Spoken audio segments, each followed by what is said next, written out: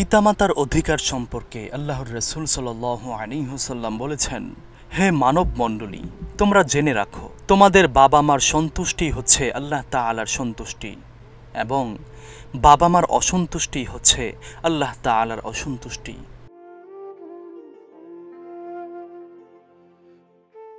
তোমাদের জান্নাত তোমাদের জননীর পদতলে অবস্থিত।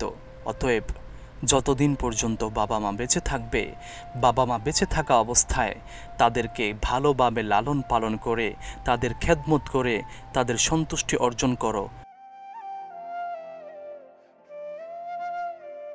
তাদের সন্তুষ্টি অর্জন করার সাথে সাথে আল্লাহ তাআলার সন্তুষ্টি অর্জন হয়ে যাবে এবং আল্লাহ তাআলা তোমাকে জান্নাত নসিব করবেন।